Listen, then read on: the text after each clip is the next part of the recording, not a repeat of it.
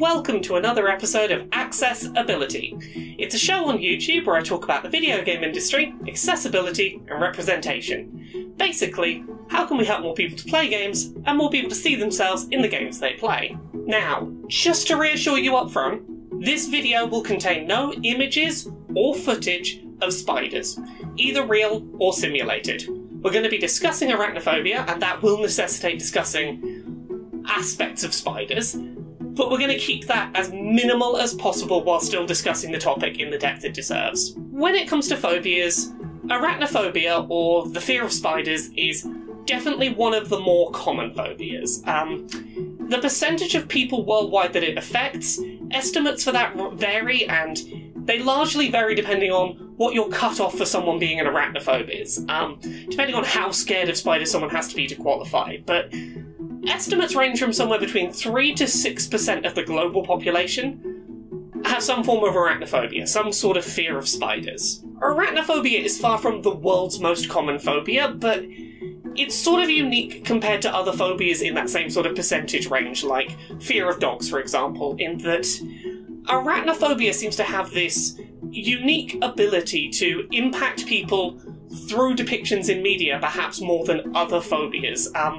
A lot of people with arachnophobia find that fictional depictions of spiders, even if they know they're fictional, still set off a lot of those arachnophobic responses in a way that, say, fewer fear of dog experiences are triggered by dogs on TV. It's unique in quite how frequently it's set off by fictional depictions, and that makes it a really interesting use case when discussing how we can help people with phobias to be able to play video games more easily. So today, we're going to look at what video games are already doing, and what they could be doing, to help players with phobias, particularly arachnophobia, be able to play more games. Admittedly, there's not a lot that the games industry is already doing, but there's a couple of examples, and I think we can use those as a template going forward for what the industry could be doing. When we look at the story of arachnophobia support in video games, most of the early examples we find online of games being made more playable comes from support from the modding community on PC. Arachnophobia is a common enough phobia that a lot of the more popular and easy to mod titles already feature community support to remove spiders from their experiences. One of the better known examples of spider removing mods in games is Skyrim, where mods exist to replace spiders with poorly animated bears which slide towards you and simply stop moving once they're defeated, or if you prefer, you can replace spiders with crawling versions of the comic book hero Spider-Man. There are a few different mods, and, you know, the Spider-Man mod still kind of moves like a spider, but depending on how much you want your game to not have spiders, there's a few options available. Block building game Minecraft features several mods that remove spiders from the game entirely, and cause any items they generate which might be needed for gameplay to appear in new parts of the game instead. Spider eyes might become a drop from zombies, string for bows is found by breaking wool, allowing players to avoid engaging with spiders at all, while still progressing through the game and getting items they might need from those spiders. A mod on PC for Resident Evil Remake HD removes all spider enemies from the game, and edits a couple of doorways to allow the player to entirely skip past the game's usually mandatory spider boss fight. Now, as good as some of those mods are, they're not official. They're only available to PC players, they're only available for games that have been out a couple of years and are popular enough to get mod support, or, you know, are built in such a way that mods can be easily applied to them, and even then, they're limited in their utility. I want to move and talk about what developers themselves are already doing to try and help more people be able to play more games, and to help people who have arachnophobia be able to engage with games. Now, admittedly, there's only a couple of examples of developers taking the initiative already to do this, but I think one of them is a very bare bones example, and we'll talk about that, and one of them is much closer to what the industry probably should be doing. It's not perfect, but it's a good step in the right direction, and we'll talk about both of those now.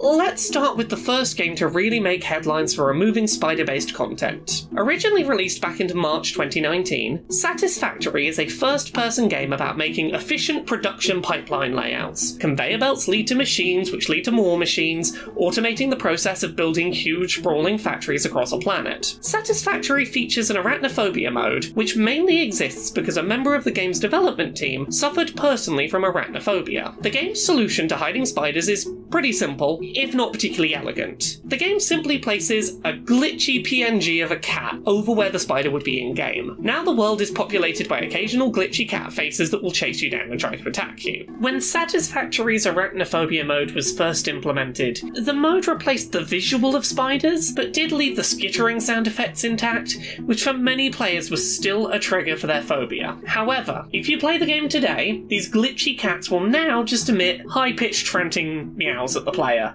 I don't know if Justin, who's editing this, might include some meowing sounds, but it's just a lot of meow, meow, meow, meow, meow, a lot of that they do now. Now, much more interestingly, let's talk about the Arachnophobia mode in Grounded, a multiplayer co-op survival game which launched earlier this week. For anyone unaware, Grounded is a game made by Obsidian Entertainment, the developer behind The Outer Worlds, in which you play one of 4 children who have had a bad case of Honey, I Shrunk the Kids-itis. You're all tiny, you're out in the garden, trying to survive in a world much bigger than yourself, and as you can imagine, with everything in a garden larger than you, spiders are there, and they're big, and they're dangerous. So, how does Grounded go about supporting arachnophobic players? Well, the game contains a slider which gradually reduces how much spider the game displays, on a scale from full unedited spider down to just a couple of geometric blob shapes for the creature's primary hitboxes. When booting up the game for the first time, before anything else, the game warns players that it will contain spiders larger than the player character, and offers to boot up an Arachnophobia settings menu. These settings are unique to each player, so your co-op friend could have the ability to see the full spiders, while you just see a couple of in-world danger blobs. The in-game slider offers players options such as reducing the number of legs on the spider, removing its legs entirely, removing its mandibles, and more. However, and this is important to note, the game requires you to look at the character model for a spider in order to know how much of the spider's features have been reduced. There is no option to make your settings based on text-based descriptions alone. You will have to either look at a spider and decide if it has been acceptably reduced in detail, or make a blind guess on how much spider reduction is right for you based on numbers. A simple description of which spider features had been removed